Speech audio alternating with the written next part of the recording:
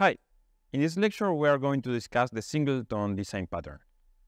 The goals of this lecture are to discuss the Singleton pattern, to have some discussions of the benefits and the disadvantages of it, and to discuss a bit about the misunderstandings around it. Now, if you read the original book from the Gango 4, the Singleton pattern is there to ensure that the class has only one instance and to provide a global access point to it. So there is a single way to access that single instance. Now, a better way to look at that is to see it as ensuring that a class has only one instance at a single point in time. So that means that if in the program we are trying to access the same instance in two different places, but at the same time, we are going to access the same instance. So what is the problem here? So we need a way to keep some objects around. So we want to keep the same object because we want to reuse that same object. So that is why it is persistent. We want to store it or we want to save it somewhere. And the other way to see it is that we need a class with a unique instance, that we don't want two instances around because that could mess some stuff. The solution that is proposed by this pattern is that we are going to allocate that instance, we are going to instantiate it, and we're going to store it the first time we use it. And then every time that we are going to use it again, so instead of creating a new instance, we are going to return the old one that we have been storing before. So most of the time we need to think twice about applying this pattern because it has many drawbacks and it has really limited application for real. So here, for example, let's imagine that you want to keep only a single instance of a database connection because, of course, database connections are expensive and they are difficult to create and maybe there are even hardware limitations for it and so on. So one way of applying this pattern is to say, okay, we're going to use a singleton to keep the database connections. For example, here we are going to ask the database connection class to give us the unique instance, so its only instance in the system. If we ask 2 times in different places for the unique instance of the database connection, we are going to get the same object. So remember that equals is the identity comparison. It is telling us that db2 and db are 2 variables, but they are referencing the same object, exactly the same object. In this way, we are sure that we are only creating one database connection and not 2. One possible implementation for this pattern is to store the instance in a shared variable in a class. And then we have our unique instance method that in each access it is checking if the unique instance variable is pointing to nil. If it is nil, we are going to allocate it, create the new instance and store it. Otherwise, we're just returning what has been stored in there from before. So that means that the first time we are going to execute this method, the unique instance will be nil. It is going to be instantiated and assigned and then returned. The second time, the unique instance will not be nil. Then the conditional code will be avoided, and then we are going just to return the instance. Now, a question could be, should we override new to always return the unique instance? This is probably a bit controversial. I particularly don't like it because sending the message new conveys that we are going to create a new instance. If instead of doing that, we are just returning the same instance all the time, then clients can be confused. So people can actually try to use this API thinking that it is going to do something and it is actually doing something else. So it is, at the end, the API is not conveying what it's actually doing, and that can create a lot of problems in the future. So let's see some variations of the pattern with different namings also.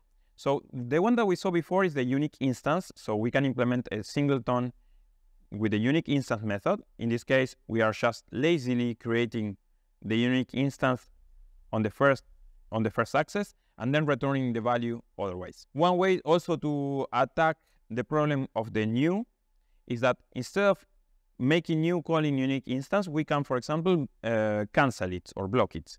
So, for example, here what we are doing is that if we want everybody to use the unique instance method and not the new method, what we're going to do is to raise an error every time that the new method is being called. Another variation of this is to use the default version. So these are some variations that you are going to find in the Faro code, for example, if you take the standard library. So default is a kind of a singleton, but here there's no reason to stop the user to create new instances. So we have a default instance that can be reused, and it is a single instance that can be passed around, but we can create other kind of instances. So this name conveys that it's not the only one. It is a default one, it is a good one to use in a general case, but we are able to create new ones if we want to. Another possibility is to, for example, to implement a singleton as a current instance. This name conveys that this is the current instance, and it may change in the future. So there's only one right now, but this one that is right now, it can change, and then later we can have another only one. So that means that if we see it in time, so maybe we have a singleton here at some point. So we have object 1, and then here it changes, and then we have some other object 2. So at each point in time, we have a single object that will be unique, and then when it changes, we have another object, but always we have only one, which is the current one. Now, of course, you may be tempted to say, I can implement this just as a global variable. Particularly, it is important to avoid to use global variables first, because already classes work like global variables. They provide a global access point to data. So usually in Faro through shared variables or class variables, but in Java also through static variables. But the main thing is that also classes, since we have to they let us access the singletons through methods, they can also allow us to encapsulate behavior and to change it more easily later. If we put objects in global variables, they make the system more difficult to change in the future. Now, in Faro in particular, we have two different variations of the singleton pattern. One using shared variables and another one using class instance variables. You may recall from a previous lecture that in Faro we have shared variables, which are variables that are shared in the whole hierarchy. So for example, here we have this variable unique instance that is a shared variable, and that means that it is the same variable that is shared by everybody in the hierarchy. So every time that we see unique instance in any piece of code around the hierarchy, they are going to access the same variable, which is this one. A class instance variable is defined in a class, but then implementation-wise, a copy of this variable will exist in each of the subclasses. So here, for example, we define unique instance as a class instance variable, and then we are going to have actually one variable in here, but we are also going to have one variable in each subclass. How does it modify our singleton pattern? If we implement the singleton pattern using a shared variable, that means that we are going to have a single singleton shared by the whole hierarchy. Here is our unique instance. However, if we implement it using a class instance variable, we will have one singleton per class. So depending on what kind of design that you want, these two variations can give you different possibilities. Now, it's important to understand that the singleton pattern is about time. So we want to have only one instance available at each single point in time. It's not necessarily about access. It's not the most important point. So yeah, the singleton is more easily accessible through a single point, but the point is that the important point is that we have only one at that point in time. One way to test yourself to see if you actually need to implement a singleton or not, is to check if adding an instance variable in your design and parameterizing it with an object is enough for your problem or not. In that case, maybe you don't need a singleton. Actually, just putting a variable, a parameter, or even an instance variable is enough, and just parameterizing it correctly. Otherwise, maybe it is more complicated and the singleton could be an okay solution. One of the really negative points of the singleton pattern is that they really harm testing. Since singletons work as global variables because you have a single instance that is accessible by the whole program, and they survive because they are persistent, they make the program more difficult to test. Because maybe you want to change the singleton by another kind of object only for the time the tests are running. So for example, when you're running the test, you want to exchange that singleton by another singleton object. So in that case, maybe you want to go to a lighter singleton pattern like what we saw before, the current variation or the default. Like that, for example, the current allows you to replace the singleton during the run of the test, or the default one allows you to, instead of using the singleton directly, you can allocate your own objects when you are using it in the test without using the default general and global one.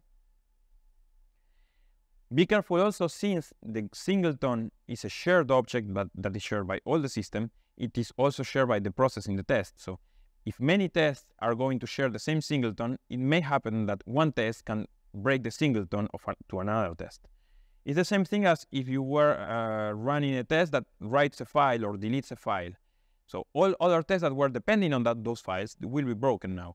So every kind of global state, let them be files or global variables, can break your tests.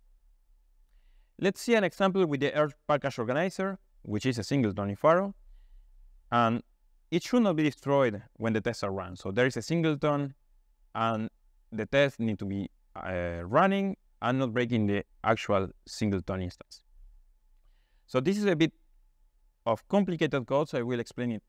Every time that we want to run the tests in the EVREF package test, what we're going to do is to call this method with organizer do. What we're going to do is to send the organizer that we're going to use for testing and a block of the thing that we want to do in the test. What this method is going to make sure is that this new organizer is available globally during the execution of a block. And then, after the execution of the block is done, it is going to restore the previous global singleton. So here, what it happens is that first, it is taking the previous singleton, which is actually the default variable, the default object. It's going to unregister it, and then it's going to register the new singleton, the one that is coming as parameter, the argument that comes as parameter. It is going to register it, then it is executing the code, the block, and then as a final step, it is going to restore the old object, the old organizer, and unregister the one that was here, the transient one. So as a conclusion, singleton is a design pattern that helps us to have only one instance at a single time. However, we should be careful to avoid singleton as globals, and in general avoid singletons because they act as a global variable, and it comes with all the negative properties of global variables and global states. In particular, in singletons, they make tests difficult to write, and they are on themselves difficult to test.